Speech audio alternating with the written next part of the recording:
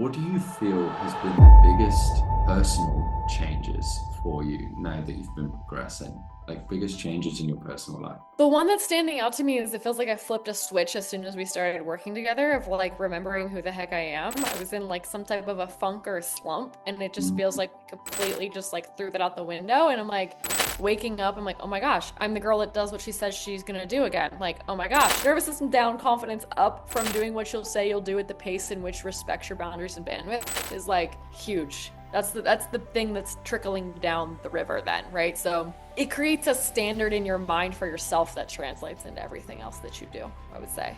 That's how I'm feeling. In this video, we are going to be breaking down Lissa's journey. Lissa has been with us for a few weeks now, and she's been absolutely crushing it. It's been hyping up the Wins channel nonstop. And so wanted to celebrate some of her journey with you guys. So hi, Lissa, welcome in. Hello, my friend. So first of all, we'll start here. Lissa, how old are you? Where are you from? And what exactly is it you do? Okay, I am Lissa Scott. I am 32 and I live in Montana up near Glacier National Park. I am the personal branding queen. So, finding your voice, marketing yourself, and essentially becoming your own chief of marketing for whatever it is you do in the online space or in the in-person space, helping people know how to share who they are, who they serve, what they do, and make that interesting and compelling and not just this thing that's like, oh, that's neat, but really teaching people to bring others into their journeys and their services. Awesome. So could you let us know what motivated you to hop on today's call and talk about your journey? We just had a monumental week, I would say, like a 99% completion rate on tasks. And like, it was just one of those things where you're like, let's get this while it's hot and talk about what's been happening. So it was a hell yes for me when you're like, you down? Absolutely. Oh yeah. So I'm gonna ask you the golden question we talked about earlier. Can you describe where you were at personally and where and emotionally and with your business when you started day one or just before you started on day one? Yes. So was coming out of a year-long exclusivity contract of having one client and ready to open my doors and the impending stress and the impending just giant task list that I knew very closely was going to be reality was like, oh, this is something I'm going to need support on. So that was one thing that was happening was this looming to-do list. And then the other thing is like there was also this excitement paired with this like, oh, pressure's about to be on. There was excitement, almost like an athlete walking onto a field where you also know it's about to go really well if you do it right. And so I would say caught between overwhelm and excited and needing to really harness and organize that energy via being witnessed, via being asked questions, and via being held accountable. Okay, cool. Yeah. And prior to working with me, what have been the biggest challenges you faced on your business journey, would you say?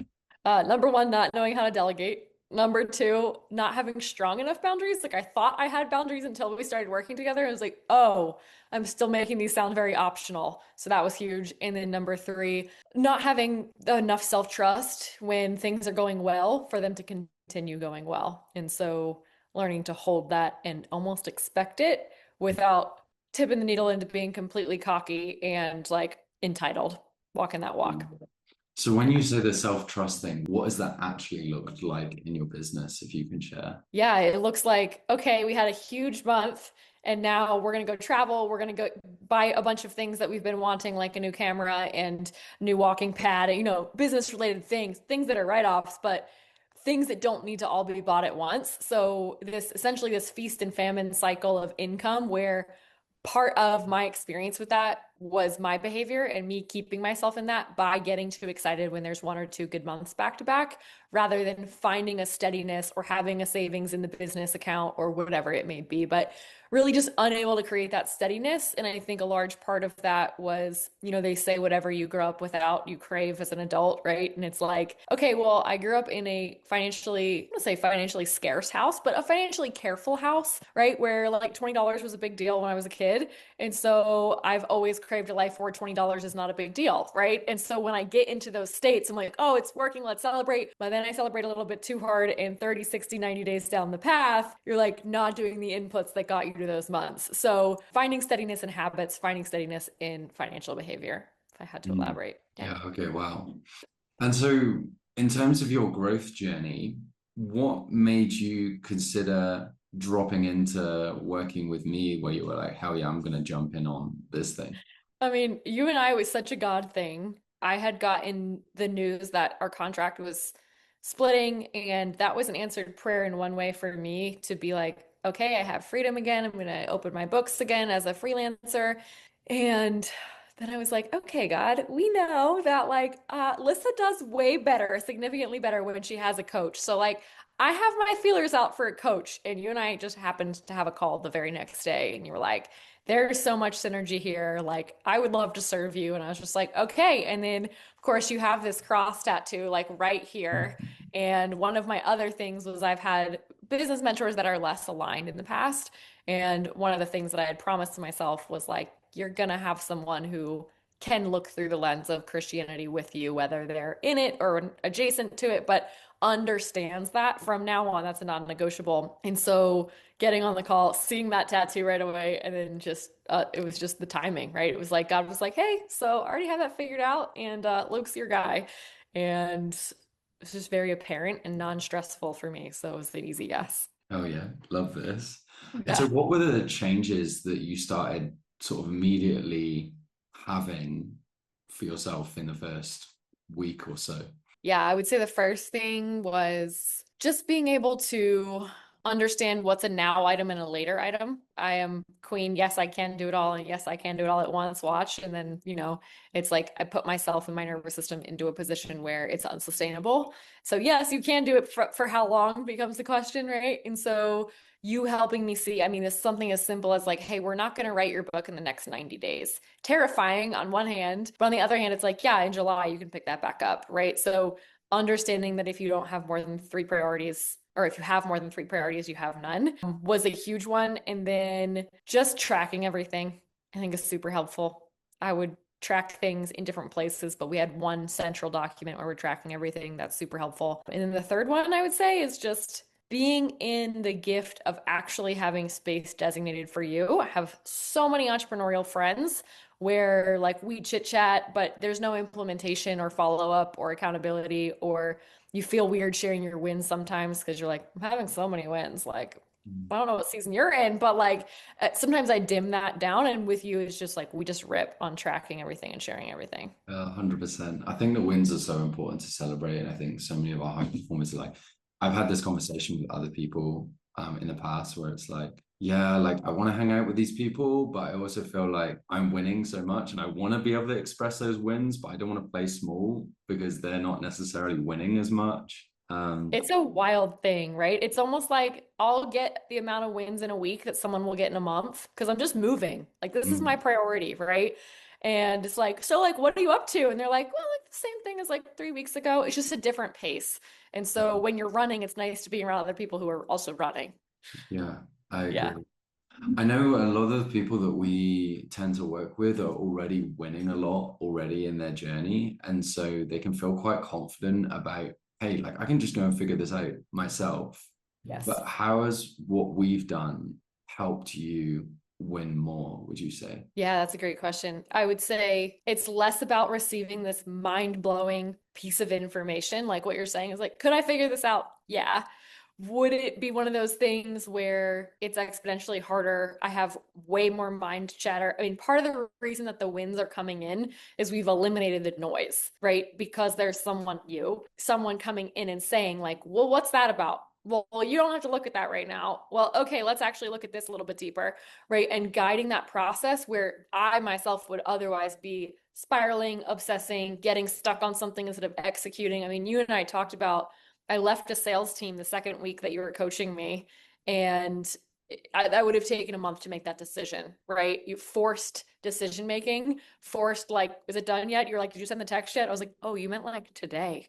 Oh shoot, right? And so learning to make decisions quicker. So it's about reducing the time delay and reducing the emotional stress load that you're under due to self-inflicted overthinking, etc. More so than it is about oh my gosh, you taught me all this new stuff. You're teaching me a thing here or there, right?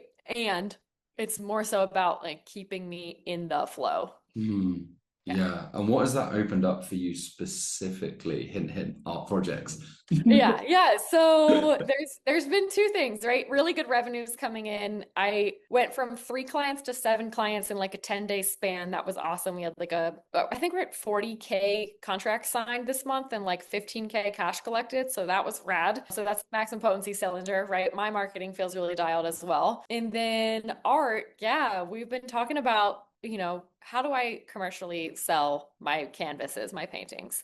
And this past week, I purchased some new canvases and then got a God ping to stop in at this hotel that I drive by all the time. Like, what am I going in there to say? God's like, go in there. I'm like, why? Like, what am I saying? So I walk in, I'm like, hey, super personable girl that works at the front desk, right? She's hospitality girly. I'm like, this is a really weird question, but you guys have any need for like art for your space? And she's like, well, come here. And like takes me upstairs and she's like, we've been looking to replace like this and this. And she like taps two paper maps that were like tacked up on the wall. She's like, these should really be like canvases or like at least framed, right? And I was like, yeah.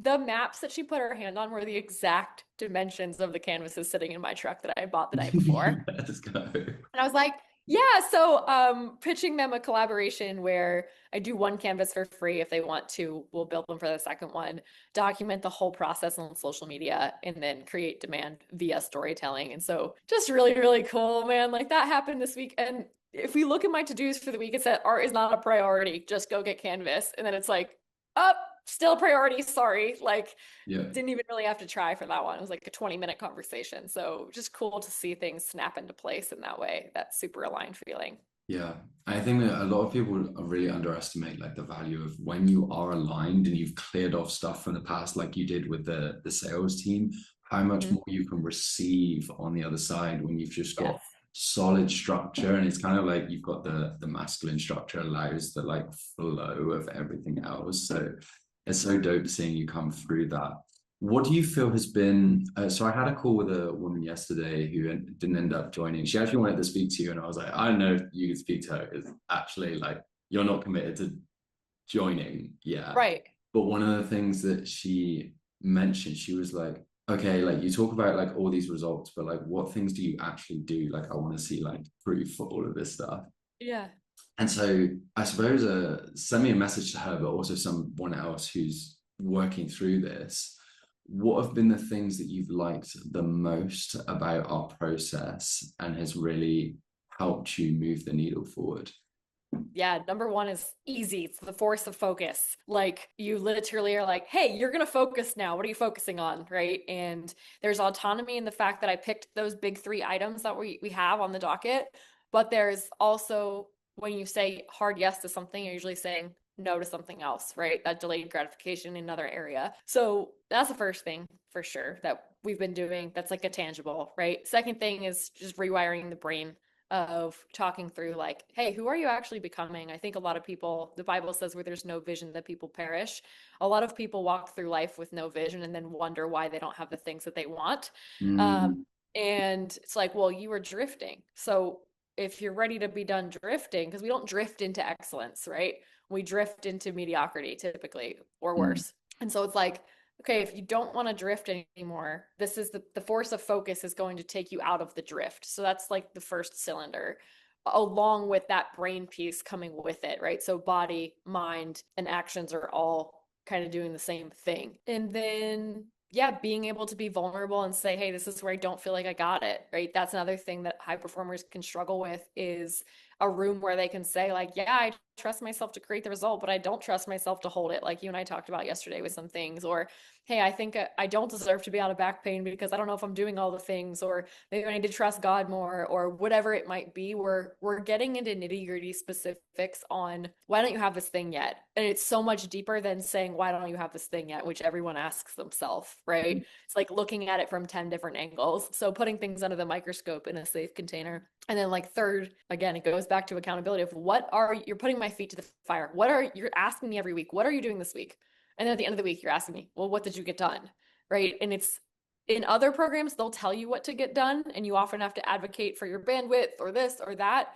But you're working with people who are already, they already got it. Right. And so it's like, they're not wondering what to do next. I would say if you're wondering what to do next, probably the wrong program for you. If you know what to do next and for some reason you're not doing it, probably the right program for you. So that person is not trusting themselves to execute. It's actually less about you and what you're going to come in and do for them and a lot more about their self-trust and their determination at the end of the day of like, do you really want the things that you say you want, or are they just like nice ideas? Because when they're real desires and things are set on, like this will resonate. Mm. Yeah, and I think you'll do whatever it takes to come on board. I think like you're a hallmark of that. It's like you're a winner. Like you're a very successful person. I know when we talked, like you'd had like the 70K month side of things, which is cool because it's like even in our conversation yesterday, it was like, oh yeah, now that I figured out of 10 where my confidence is here, or how much I trust God here, or how safe I feel with this, or how much I expect myself. When we figured out what were those ratings out of 10, then when we did your action step list from there, you were like, oh yeah, and go and reflect back on that winning month. And so Yes. it's like it's not like I'm going to necessarily tell you what to do because I believe you're already going to know that, but it's like we're going to accelerate the speed at which you get those things done Mm-hmm. without the mental noise and without the stuff getting in your own way type thing. Yeah. Yeah. And then like also when I go back to watch that, one of the things I'm so excited for. So Luke and I talked about yesterday, like the 70K month, I'm gonna go study what was on my Instagram story, what was on my feed, what were the emails going out. Like I want to see the actual launch sequence. But there was also I had someone coaching me on what to do at that point. That was the first like Mm, me riding with training wheels type of launch that I had ever done. And to have that result when I was still operating in someone else's voice and authenticity, it was still borrowed. I mm, can't wait to go back and say, this is where I was actually not in my full authenticity. And this is what it would look like to licify this process. And I know that the mm. results are going to be at least threefold of what they were because I was still kind of like playing house with like someone else's instructions then. And it's really cool to come into it, understand it on a conceptual level, and then be able to own it and personalize it, which is what branding is. So, Hell yeah. And last few questions here. So, what do you feel has been the biggest personal changes for you now that you've been progressing? Like biggest changes in your personal life? yeah. Hmm. The one that's standing out to me is it feels like I flipped a switch as soon as we started working together of like remembering who the heck I am. I was in like some type of a funk or a slump, and it just feels Mm, like completely just like threw that out the window. And I'm like waking up, I'm like, oh my gosh, I'm the girl that does what she says she's gonna do again. Like, oh my gosh. Like again, these completion rates are like putting some serious wind in my sails of I'm doing the right amount of stuff. I have margin between my calls. I'm not doing this from this place of like 60-hour work weeks, right? The nervous system that comes and the confidence up, nervous system down, confidence up from doing what you'll say you'll do at the pace in which respects your boundaries and bandwidth is like huge. That's the thing that's trickling down the river then, right? So it's like, hey, I have less tolerance for people who aren't doing what they say they're gonna do. Like, just don't say that, right? I'm having better conversations with my partner, right? With my boyfriend. He's like, yeah. I'm like, well, what's going on? Right? Because we're having good conversations and then I'm going and having good conversations. So just it creates a standard in your mind for yourself that translates into everything else that you do, I would say. That's how I'm feeling. oh yeah.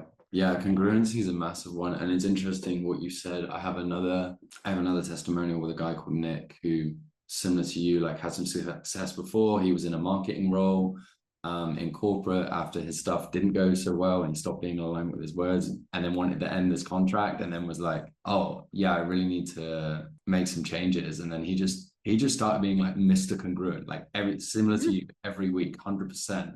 Every week Yes. showing up, celebrating wins. And it was just like, oh, this is your next level Yeah. space. So it's sick to see. Perfect word, Luke. Thank you. So good. I'm curious for you, what has been your favorite part of the program so far? The stuff that we did on the call yesterday, taking the spots where you feel shaky and putting an action list together to like Nice. bridge the gap. I would call that exercise bridge the gap. I don't know what you call it, but Yeah, yeah. it's called the 11 resistance exercise right now, but we could definitely call it the bridge the gap exercise, I think. Yeah, like the first part of what we're doing feels like that. And then there's like that second part of the exercise where you take that resistance and you essentially put it in a play to overcome some of it. And that part is just like, I was like, oh, we're doing something with this information. I think a lot of coaches would just stop there. Yeah. Like, well, this is why you feel like this. And you're like, oh, okay, cool. And you have to go figure out what to do with that information. You're Yeah. telling me what to do with that information, which is like, that's why I love coaching more than therapy. It's like therapy allows you to see the problem, but coaching is like, so what are we going to do about it? How are we moving forward? Right. Yeah. And yeah, that piece was like just 11 out of 10. So Oh good. yeah, I love that. Yeah, it evolved from a process that I got taken through a few times, but I was always like, okay, I'm like a 6 out of 10 on being confident on hitting my goals. Now what? Like now what do Yeah. I do? Like that's actually not that helpful. Yeah, like brilliant. Right? Now I know I have more problems. Great. Yeah, yeah. Now I feel validated in my pain, but now what, right? Yeah, it's like it The was other like thing that's impactful, Luke, is your accent. There's nothing like having a British man in your ear just being like, "Yo, can figure it out." Yeah. yeah, yeah. I really get the James Bond swivel sort of like It's so get this good. stuff It's so done. good. So, for anyone who has had a similar level of success as you have, who was considering this program or to jump into this program, what's one thing that they should really avoid in order to make sure that they have as much success as possible? Adding more tools and tactics and strategy without doing this work first. So like you can go run ads, they're not going to fix the problem. You can go hire an assistant, you're not going to know what to give them. You can't like all of the levers that you're used to pulling, stop pulling those and pull the lever of you first. It will just the energetic shift alone will trigger results. And then of course there's strategy and organization after that. But yeah. If somebody again was kind of on the fence and needed some hard, tough love, Lissa insight, maybe the past version of you, Mhm. what is the tough love or insight or guidance that you would give Mm. here in this moment? Stop saving the stuff you really want to do for later. Yeah, there was a lot of self-imposed noise of like, well, I have to build this first because this is the thing that's going to allow me to do the thing I really want to do, right? And that's not actually true. There's some truth to it. There's foundations that need to be built in any business, but like I was saying, oh, I wish I could just be the branding girl, but I was still doing a bunch of other things, or I was still only doing design and not doing strategy, like holding back in these different ways. It's like, no, just make the program where it's your highest good serving, right? Or, oh, the art thing, I can't tell you how many years I was like, that's a someday project. I don't know. Someday I'll charge 1,500 for a painting, like blah, and now it's like, no, we're probably gonna charge like 3 grand. Like there's just like because there's this energy of like, why not you? Why not now? That's been like it struck like a match coming out of this contract is like I saw all the things I wanted to do and wasn't doing last year and I knew those were places I was holding back. And Yeah. so it's like just ripping the band-aid off, like removing whatever that is that's making you think you have to wait 2 years to start that project that you are excited about now and to follow that excitement and that pull. It's there for a reason. And yes, there's an element of surrender and trust. And I'm not saying like quit your job and just paint, right? Like that would be irrational, but it's like don't wait 3 years to start painting either. So creating this balance of urgency and logic where you're following what you're excited about and ripping that band-aid off sooner and not just like somedaying yourself down the road and then wondering why you're unfulfilled. Yeah, 100% feel you on that. It's interesting you brought that up. I was trying to find my little bit of research tab from a while ago. But effectively, it's called oversimplification fallacy, where you think it's just that one thing and then you'll be good. Like, oh, if I just make 20K, then I'll be happy. Or if I Then just I'll have time like to get this paint. project done, then I'll be good to do this thing. And our brain loves to just trick us and think, oh, if I just figure this one thing out and then I'm fixed for life. But actually, Not the case. you're so correct. It's like you have to just apply a level of urgency and logic to the situation. And I think even when you're not even 100% sure whether it's going to be fully the right thing or not, I was reading this book yesterday called The Virgin Way by Richard Branson. And he was saying along the lines of if you're going to make mistakes, at least make them quickly, at least move fast. Whereas, like, I had a conversation with a woman yesterday, and it's like, yeah, I haven't really worked for like a year and a half. And like now I'm trying to like figure this stuff out now, but I'm sort of running out of money. And I'll come back when I'm at 50K. I'm like, you haven't been able to do this the last year and a half. Like, how are you gonna figure this out now? Like now that you're Yes. operating from a place of scarcity rather than Yeah. alignment. So Amen. It's like wait, I'm gonna wait till I get in shape to go to the gym. Yeah, yeah, yeah, yeah. Okay. Right. Yeah. And what stops you from doing that? It's so The crazy. reasons that are not going to make you succeed in the future.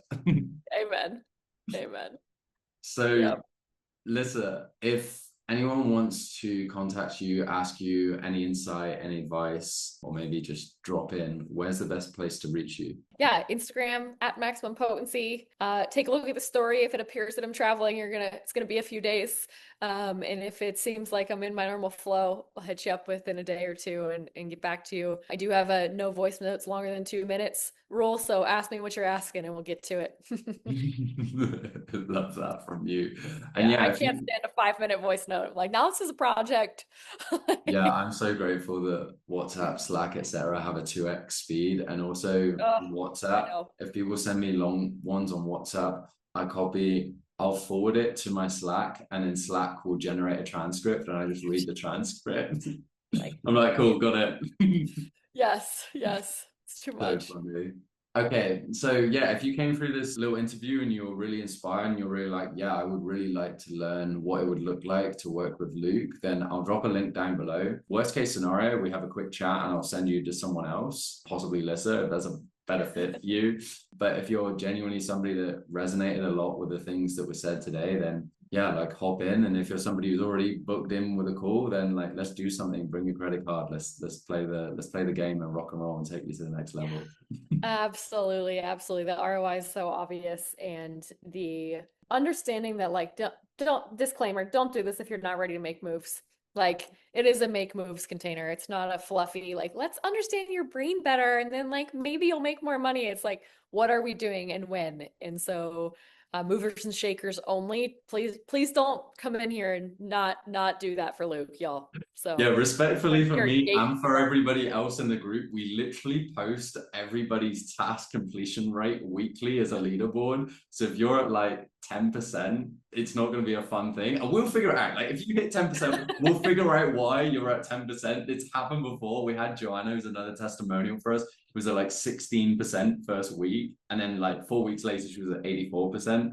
And now she's like consistently at 94 to 100. So we will figure it out. But if you're somebody who like wants to come in and not do anything, If you just don't want to figure it out, don't show up here. Yeah.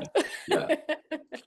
Okay, with that said, thank you so much, Lisa, for this interview. It means the world, and I'm so excited to post this and get this out to some people and jam. So appreciate Thank you. you and appreciate everyone listening in and taking a few minutes over here to tune into this, and we'll see you soon, I'm sure.